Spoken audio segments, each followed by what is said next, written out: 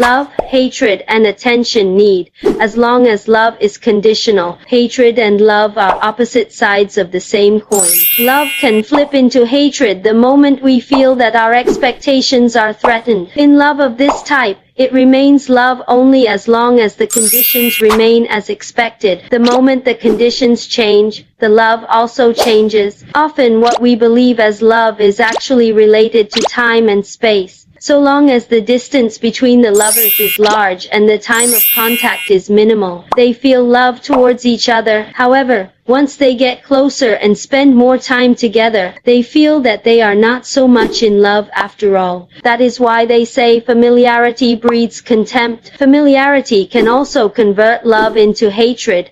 To transcend both love and hatred, we first need to drop expectations. Expectation is the first enemy of love.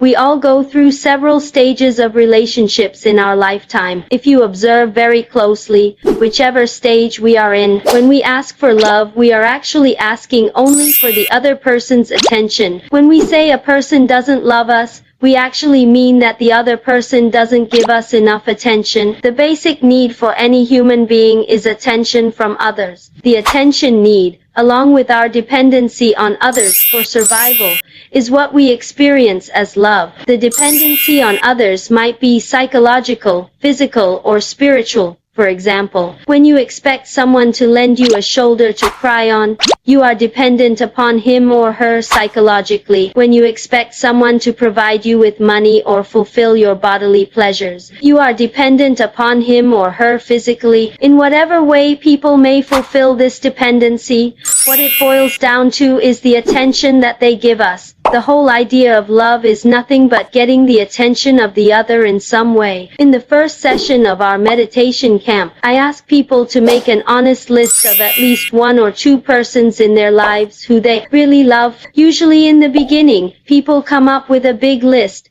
Husband, wife, father, mother, brother, sister, and so on. They include people whom they would like to please or need to please in order to be happy themselves. As they hear me talk about real love, they start crossing out names from their list one by one. Understand, if you cross out something, then it was not truly there in the first place. Many people include certain people in their love list because these people give them a feel-good feeling. What do I mean by a feel-good feeling?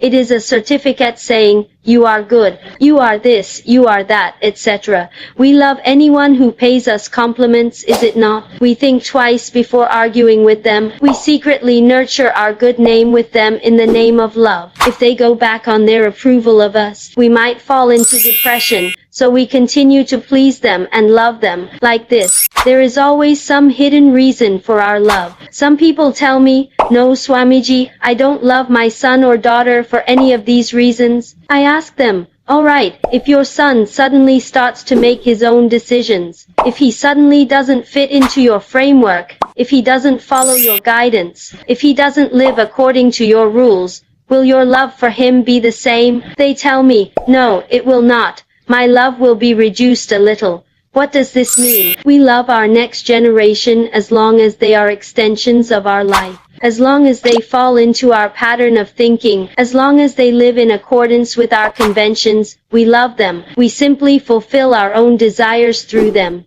We fulfill our lives through them. Whatever we couldn't accomplish in our youth, we try to accomplish through them. We use them as an extension of our own lives. If we wanted to be doctors and couldn't for some reason, we inspire them to be doctors. As long as they act and live as an extension of our life, the relationship is beautiful. But the moment they start deciding on their own, the moment they feel we are suffocating them, the moment they stand up and say no, the relationship takes a different turn.